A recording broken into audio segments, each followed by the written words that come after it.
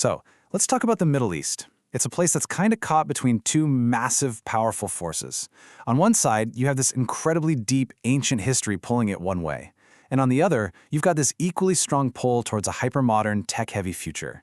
And that tension, that paradox, that's really the story of the modern Muslim world. Okay, let's kick things off with a number you just can't ignore. 2.8 billion. That's the projection for how many Muslims there will be in the world by 2050. Now think about that for a second. We're talking about nearly 1 out of every 3 people on the entire planet. That is a massive demographic footprint. In theory, that kind of population should mean huge global influence. And that leads us to the big question, right? It's the multi-billion person question that analysts have been asking for a long time.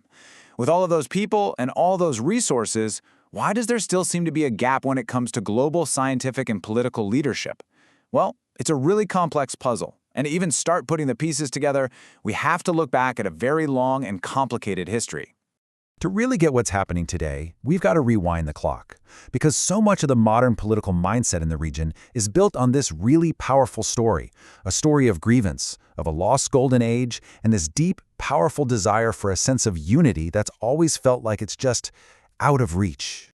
You know, if you listen to influential thinkers like the late Dr. Asrar Ahmed, this one event is absolutely central. From this viewpoint, the creation of Israel wasn't just some isolated conflict. No, it was seen as a deliberate, strategic move by Western colonial powers. The idea was to plant something disruptive, a permanent wedge, right in the middle of the region, to make sure it could never truly unite and would always have to rely on outside powers. And this feeling, this deep sense of being fragmented, it's fueled this dream of unity for more than a century. It's an incredibly powerful idea. You see it in poetry, this vision of a single community stretching from Egypt all the way to China. And you see it in real-world politics, with leaders like Gamal Abdel Nasser trying to build a pan-Arab state. But time and time again, that beautiful dream has just smashed up against the hard, cold reality of national politics and global interests. You know, sometimes a single line of poetry just nails it. And the poet-philosopher Allama Iqbal wrote this line that perfectly captures another huge piece of this puzzle. It speaks to this deep-seated tension, this historical resistance to change and modernization, and it's had some really profound consequences. And this wasn't just some abstract philosophical debate. No, this had very real-world effects. As analysts like Sohail Warach have pointed out, for centuries, brand-new world-changing technologies were met with suspicion. The printing press, it was declared blasphemy. A sophisticated French clock given as a gift, it was literally smashed to pieces by scholars who called it blasphemous too. Even pioneers trying to promote modern science were fiercely attacked. All of this created a huge technological gap that the region is, in many ways, still trying to close. Okay, now we're going to take a hard turn. We're shifting away from the heavyweight of the past and jumping into a frantic, high-stakes race toward the future. And what's driving this race?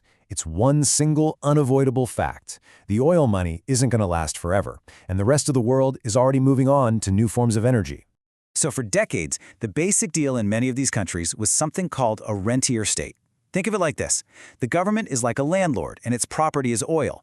It rents that oil to the world, gets a ton of money, and then uses that money to provide jobs and benefits to its citizens. The unspoken trade-off? The public gets financial security and the government gets political stability. But that whole model is starting to fall apart as the world shifts away from oil. So what's the new plan? Well, this isn't some small change. It's a radical reinvention, and it's being funded by a tidal wave of cash. We're talking about sovereign wealth funds, these massive national investment accounts, pouring over $100 billion into building the infrastructure for the future economy. And the number one target for that money? Artificial intelligence. And just look at the sheer speed of this pivot. The market for what they call digital transformation is set to more than triple in just 6 years. This isn't about just playing catch-up anymore. The ambition here is to become a leader in the new global economy. And this whole push is coming straight from the top. You have these massive national game plans like Saudi Arabia's Vision 2030. You've got the global tech giants, Microsoft, Amazon, Google building enormous data centers, and you're seeing local tech champions rise up. But here's the catch, the big bottleneck. There's a serious shortage of people with the high-level skills needed to actually design, build, and run all this new tech. So you've got this super futuristic, tech-obsessed ambition on one hand, and all this heavy, complicated history and conflict on the other. How do you even begin to square that circle? Well, the answer seems to be a new, and some would say brutally pragmatic, kind of politics.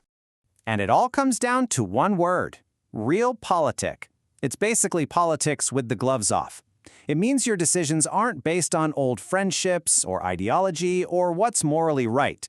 Instead, it's all based on cold, hard, practical factors. The only question that matters is, what is best for my country's security and economy, right here, right now? And there's no better example of this in action than the Abraham Accords. I mean, this was a political earthquake. For decades, the one thing you could count on was the unified Arab position: no normal relations with Israel until the Palestinian issue is solved. The Accords completely shattered that. They put shared interests like countering Iran and boosting their tech economies ahead of that long-standing ideological commitment. When you break it down, the logic behind it is actually pretty simple. Step 1, a few Gulf countries and Israel both saw Iran as their biggest shared threat. Step 2, that led to quiet security cooperation, sharing intelligence, things like that. Step 3, once you're cooperating on security, the door opens for economic partnerships. Gulf money meets Israeli tech. And step 4, formal diplomatic relations just becomes the final, logical step to lock it all in place. And as analysts like Richmond Attachampong point out, this isn't just a one-off deal.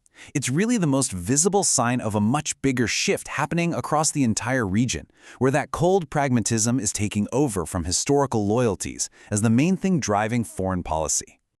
Okay, so this brings everything full circle, right back to that fundamental tension we started with. We're witnessing a head-on collision between two incredibly powerful and maybe completely contradictory visions for what the Middle East should be.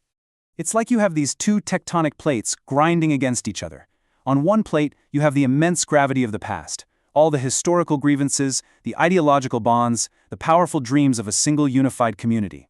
And on the other plate, you have the undeniable, accelerating momentum of the future, billions in AI investment, practical alliances, and the desperate race to build a whole new kind of economy.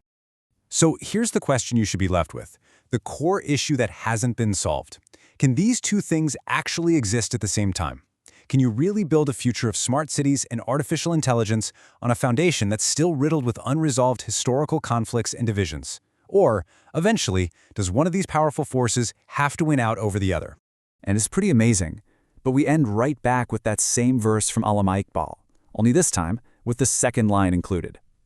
To fear the new ways and cling to the old, this is the most difficult stage in the life of nations. 100 years ago, he diagnosed the challenge perfectly. And today, an entire region is living through that very difficult stage, standing right at the crossroads between everything that was and everything that might be.